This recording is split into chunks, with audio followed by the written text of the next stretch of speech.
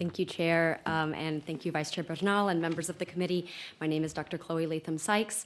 I'm the Deputy Director of Policy at IDRA, submitting testimony on House Bill 2. We're very grateful for the opportunity to discuss meaningful investments that are going to benefit millions of children across Texas.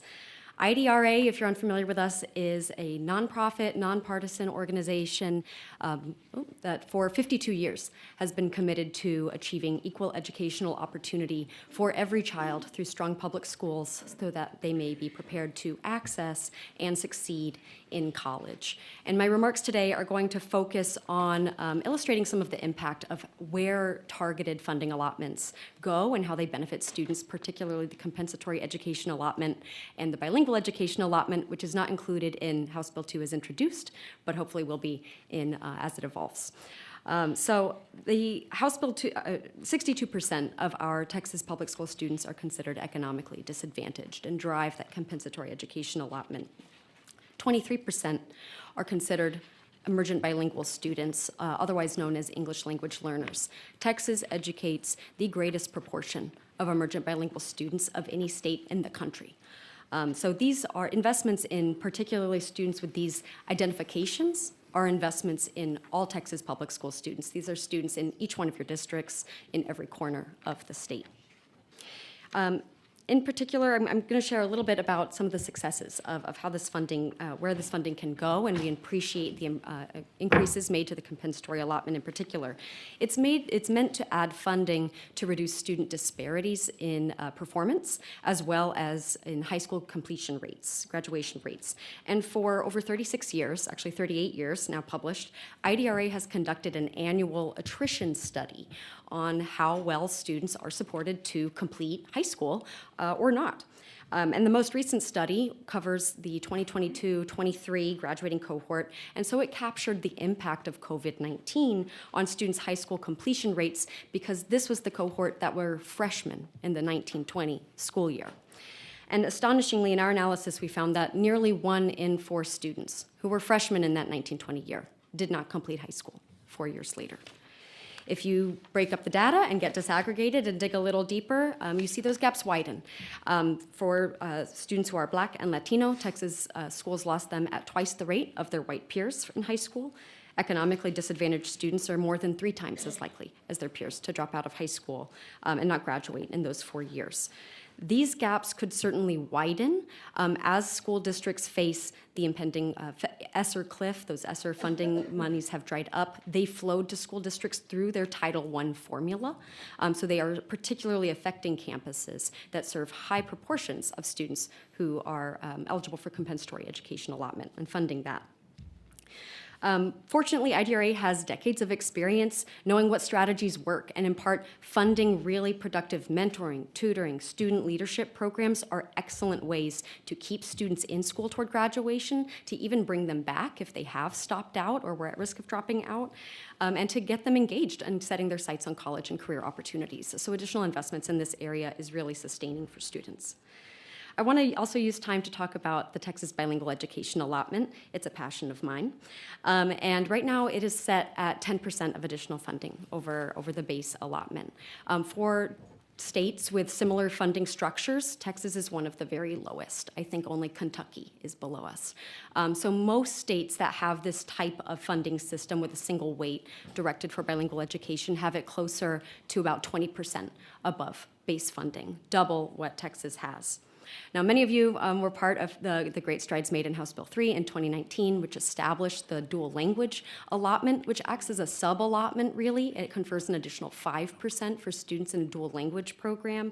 And high-quality dual language programs have ample evidence to show that they increase students' early literacy and academic achievement, even for students who speak English proficiently. They are strong programs that cultivate bilingualism and biliteracy, as well as English skills. In the early grades, they can help achieve early literacy. If expanded to later grades in secondary school, they can build a bilingual workforce, which is a much needed skill in our workforce and economy. But only 22% of emergent bilingual students are in a dual language program. So increasing this allotment would help expand high quality programs that achieve multiple state goals from early grades through graduation and into career. We respectfully ask that the committee consider making those adjustments, focusing on the compensatory education allotment, particularly as the state loses $19 billion that districts had seen from ESSER funding and sustaining the achievement of economically disadvantaged students. Include the bilingual education allotment in versions going forward and part of that conversation. And I have to mention, raising the basic allotment, of course, compounds those types of investments from the targeted funding allotments, because that is increasing what those weights are able to build on and capitalize on to benefit all students and educators. Thank you very much. Chair Bernal. Thank you guys for being here. Fascinated by what you had to say. The comp ed piece, the bilingual piece, very important to me in my district and a lot of us here. Two questions. The first question is, can you help people who may not know, help them understand how the comp ed weight is different than just raising the basic allotment and why dedicated funding is important? That's part one. And then part two, I'll ask now just so you're teed up. And that is that how would investing in the bilingual piece help scale the availability of what you say is working really well, which is the dual language program? Those are the two things I'd really like to hear from all of you, if you can. And to the chairman's point, in not too long, but just we get the idea. Sure, I'm happy to start just because it was the area of focus for my testimony. The compensatory education allotment is unique. It is tiered, and this was an innovation from House Bill 3 in 2019, in 5 tiers. And the increase would be, I think, the 0.005 across those tiers, so benefiting, bring them all up.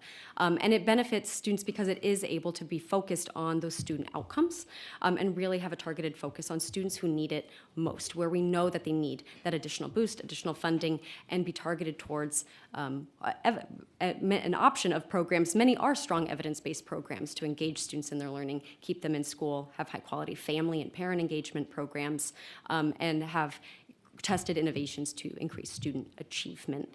That has been a focus of that allotment, and I can certainly let the superintendent speak to maybe what they've been doing specifically. To the bilingual education question, how investments really expand opportunities across pre-K through 12, K through 12.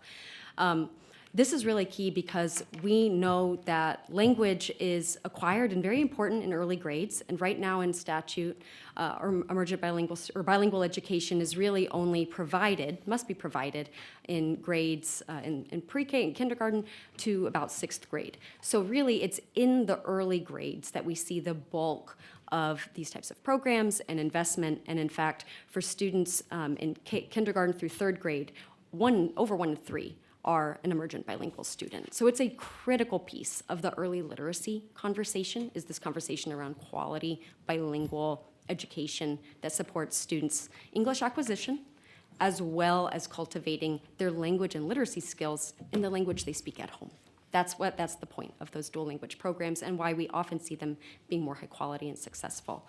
But we don't want students to lose that as they go into middle school, when districts don't have to offer those programs under statute, or maybe when they've transitioned out. They've acquired English skills and they've transitioned out of a bilingual program as we have it set up, but could still really benefit by having those skills sustained into upper grades where you have more complex subject matter, more different types of experiences, and you're able to actually become fluent bilingually in your areas, and in as well as high achievement in English. And so that's where we see districts, and there are several really notable key districts that offer what's called the State Seal of Biliteracy, or the Performance Acknowledgement on Bilingualism and Biliteracy, to acknowledge high achievement in a language other than English, as well as English, upon high school graduation. And they're able to graduate with that certification that signals to employers that they have these skills. In some other states, it also can signal to colleges that they can confer college credit. And that's not quite the case in Texas, although maybe something that could be adjusted as well. But all that to say, growing a deeper pipeline of bilingual skills is part of the puzzle to, for instance, addressing the bilingual ESL teacher shortage, which is one of our acute subject areas, facing a teacher shortage. Thank you. Representative Dutton has a question. Thank you. Let's see, Dr. Sikes. I just had a quick question. Yes, sir. And I'm not sure it belongs here, but you use the term economically disadvantaged. What I'm trying to struggle with is What should that mean in terms of designating students that way? What should that mean to us policymakers? That's a great question. So I'm using the term economically disadvantaged because that's kind of the umbrella term used in statute and in law and for categorizing school Yeah, I don't like it students. there either. I don't disagree, but that's the umbrella term, right? That drives that allotment as far as how students are classified. There's other terms we don't like, but that are also in law, like considering students who are at risk of dropping out. What this often means is students who are coming from lower income households. This is below the federal poverty line or at various lower percentages of it. Lower income households, students who are classified as emergent bilingual students, students who are pregnant, students in the foster system, students who are homeless or struggling with insecure housing, students dealing with any other multitude of challenges. I think there's, close to a dozen different types of student circumstances that might be under this umbrella of economically disadvantaged that then are categorized as such to drive that targeted funding. What should we do something with that? Because I was thinking economic disadvantage meant they just didn't have any money. Well, we certainly support increasing the allotment to direct more funds to those particular students who are at benefit from specific programs. And that's one of the classifications is income level. I think we hear that, and we do rightly think that's associated with families' income level, according to federal poverty guidelines. It also does encompass a variety of other student conditions or circumstances that affect their education and how what supports they might need and why those need to be targeted. But if your concern is around terminology, IDRA is very interested in affirmative terminology as well. I was having a question about whether or not, for example, it has anything to do, or should we use that to determine whether they can learn or not? Oh, no, all students can learn. Okay, so Yes, it sir. has nothing to do with them learning. No, all students have the ability to learn. Yeah, I know, but when we start designating somebody as one thing or another, I'm trying to figure out what should we do with that term, though, as a result of it? Designating a student as economically disadvantaged, what should that mean to us on this panel? Students deserving of additional investment, students students Why do they need needing a new opportunity to investment? Why do learn. they need an additional investment? Because of a lot of the types of circumstances that might surround their education, what we know is supportive of their education, and the schools in the communities where they're served, which is in part why that allotment is now in a tiered structure to be, I think, responsive to the needs of communities based on the census tract and income level concentrations. But I think, to your point, one term could be students with students in need of invested opportunity or an opportunity weight, which is in fact how that weight is called in some other states, because it is about ensuring students have that opportunity. I'm not sure I understand what you're saying, because I understand it this way. If I talk about bilingual students, it means that students who are challenged from a English language learning. Economic disadvantage means what? I'm still not sure what it means when we as policymakers have to make a decision about in terms of education. I think the simplest piece would be students deserving of more support to have equal educational opportunity. I know that's a lot of words, and so you have to truncate it, but that is the intent and the need for that investment. And so you're saying that we should have a greater weight in designating students economically challenged somehow or another. And we do. And we do. And I think that's a good area for this additional consideration. Is it appropriate? I think that the Texas school funding system has really good bones of having the basic allotment, which we've talked about. This is the main driver.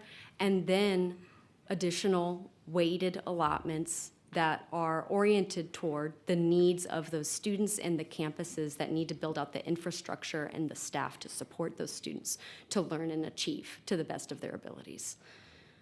So, Oh, wait, thank you. I'd like to, you with IDRA, right? Yes, sir. Okay, all right. Thanks, Mr. Thank you. Chairman. All right. Members, any more questions? Oh, yes, Representative Schoolcraft.